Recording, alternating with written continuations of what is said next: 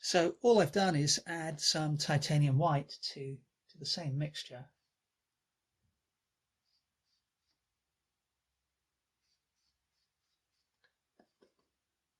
And just going to put in some areas where I feel I can afford to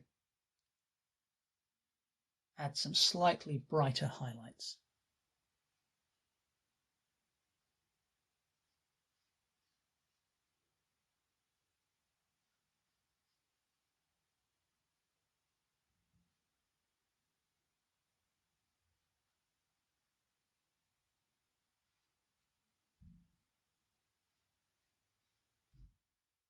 And as I apply the paint, I'm still looking quite carefully at the shapes of these highlighted areas.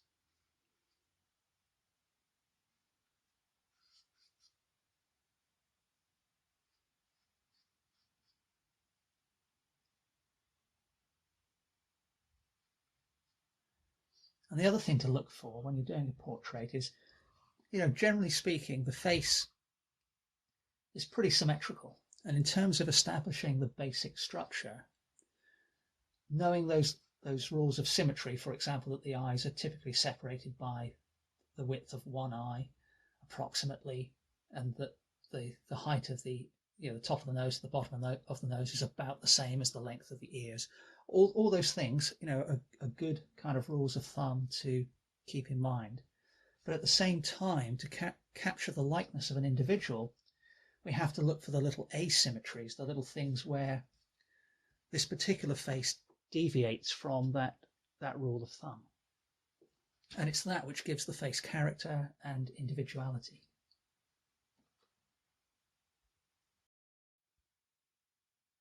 So now we need to switch to some shadow colors. Now the main shadow in the reference, or one of the key shadows, is there's a little cast shadow down here underneath the right hand side of the chin and the jaw. So I'm going to begin by mixing up that color. I've still got my lighter tone on the palette.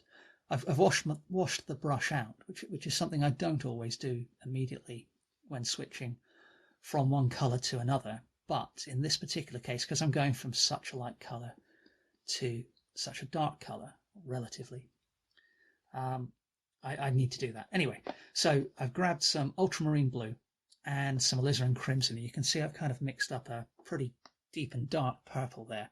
So what I'm going to do is drag that through some of the mid-tone I had on the palette already and see what that gives me. So it's coming out a little bit green, or it looks green on my dark palette anyway, the black palette. But when I apply it to the painting, it may be the right color. So it may not be as well. So let's find out. So this bit under the chin here, that's perhaps a little bit too dark, I can tell you that straight away, but I'm going to go with it. And you can see, because I'm working a little bit wet in wet, as I drag the dark color across, I got lucky and got some automatic lifting and mixing with the underlying color I had already. So that's actually working not too badly. I don't know that it's quite the right color, but in terms of tone, it's not too bad. Okay, so I've started to establish that. And now I'm looking at the reference and thinking, is there anywhere else I can use this same tone? There is, but I think I still need to make it just a little bit lighter. So let's grab a bit more of that mid-tone and mix it in and see what I get. So again, squinting at the reference, there is some shadow under the mouth here.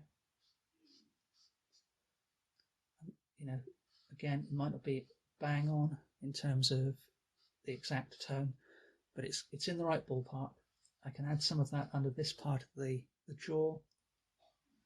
Color is wrong for the shadow under the cheekbones, but again, I'm sticking with it for the moment. Just feathering the brush down the right hand side of the jaw there. And I can use this same color on this part of the neck.